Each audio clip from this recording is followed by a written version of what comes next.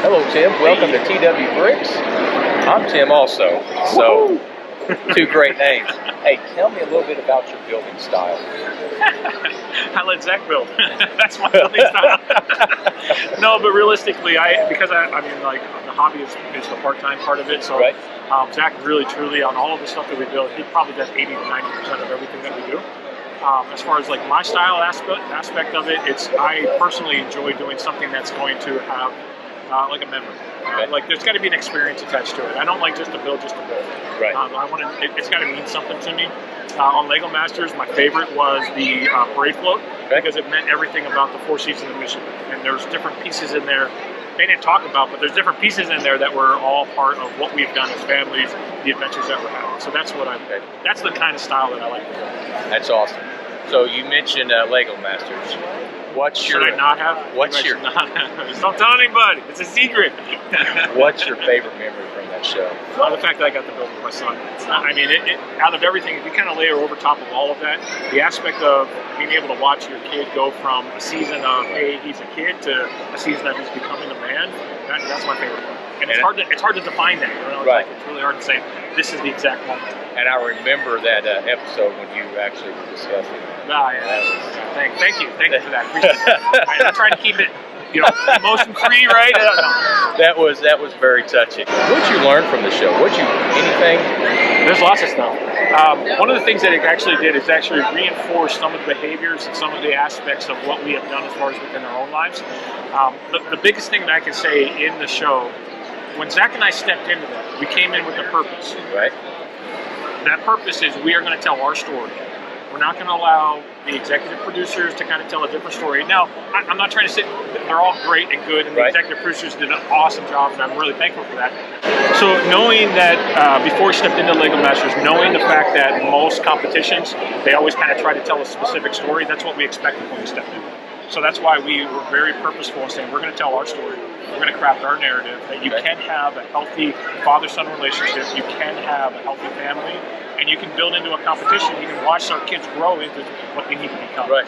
And that was our story. That was our purpose. That's what we wanted to have go. So to answer the question, it reinforced all of those traits and the things that we had been teaching. So I don't know if you could actually classify it as a learning, something that I learned, but it was really more of a ingraining, like, yes, you can do this, and yes, you can craft your own narrative. Absolutely. How was the interaction between teams off camera? We're best friends. I mean, really, it's what it is. So we still have a channel, and it's a private channel that is just us, and we talk all the time. Depending on the time frame and where it's at, there's sometimes be 100 messages in there. Oh, really? Dang, I gotta go through all these messages, right? But we're always talking. There's a couple things that I can say. If you watch the show, there's one episode on the show when you saw Will go over and ask Wayne, hey, I want you to talk some smack against Mark and Steven. Right. And if you remember, Wayne looks up and he thumbs up and he says, hey, you're doing a good job, right? That is really the soul of where we are at as far as contestants, right? Okay. So that was one of them. The other one is, you can see, especially in some of our pictures and stuff, we actually have a lot of hugging and a lot of, like, that really is our core. We're together like that, so. And that's one thing I've noticed about the hobby. A lot of different hobbies out there, whether you're a gearhead or whatever. Lego seems to be the only hobby where if somebody's jumping into the hobby new, you're like, I think I would like to do this. You've got a multitude, the community coming in and saying, that's a great idea, let's show you how to do it. Other aspects, the hobby, I mean, they're always helping.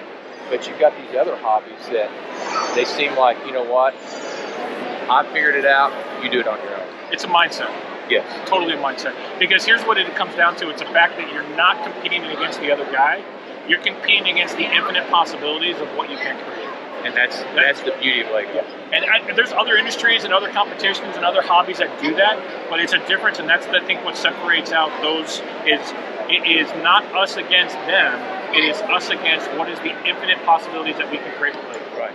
And I mean, look at this. We're at Brick World Indy, 2022, 65,000 square feet, and we've got so many people shoulder to shoulder in here. Yeah. And I mean, nobody's fighting. Yeah. Nobody's getting out of line. I mean, a lot of conventions you go to and you bump into somebody and it's, 9 kinds of break loose. But This is totally awesome. So what are the shows you're planning on doing? Shows? Oh, you mean like bricks? I thought you meant like No, TV shows. no, I'm like, dude, I'm done. No, as far as the other shows, we're going to be at Brick World Chicago, Brick World Milwaukee. There's a couple other that are in talks right now, but there's nothing that's been confirmed. But for sure, Chicago and Milwaukee. So I'll definitely get those. And then we're also actually, a little secret, actually, I haven't told anybody this, so you get the breaking news. There we go.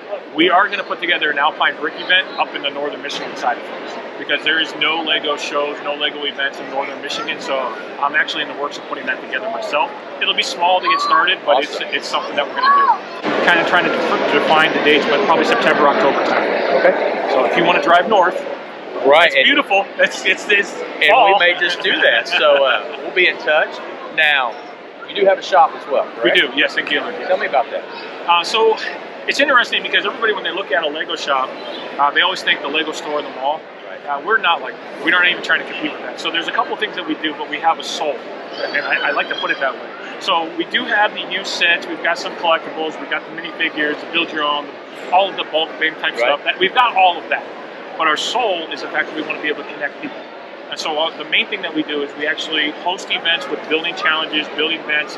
So we did a latte in Lego, we did a beer and brick, we did like a kid challenge for our Alpenfrost, our local area. Okay. That's what we want to do. Is we want to connect people together. And it's really inspiring because I watch kids, either they're on the spectrum or they have autism or something, and they're standoffish, but then they get involved and they just light up. Or for sometimes it's the one that really kind of shook me a little bit was there was a 40-year-old man that came in that was trying to connect with his older father, and they were connecting through like, that's like awesome. Wow. I mean, like that's the power of what we have here is the ability to connect families. So that's awesome. So I tell you what, later on this year, let's open up an Instagram Live. And guys, if you want to ask Tim any questions, not this Tim, but this Tim, anything pertaining to Lego, just comment on the video and we'll announce an Instagram Live and have him on the channel, and we'll answer those questions for you. So I would actually take that one step further. A lot of guys, they like to ask the questions about the Lego, and I'm fine answering that, but those are a lot of FAQs, like they're frequently asked questions. Right. My goal, or what I really want to do, is if you have struggled with connecting with your kids, or you want to be able to connect with your kids, and how to do that, that's my passion. I want to make sure that we're talking about how are we connecting with our kids, what are some ways to be able to connect. I would much rather answer those questions do that. and work it out. We could talk about building techniques all day, but I think that would be more powerful and more impactful. And I appreciate that. Absolutely. You are a one of a kind. Thank you very much. Hopefully not one of them. I hope there's others out there like me. I hope you're like me. Let's try to be like Tim. See you guys later.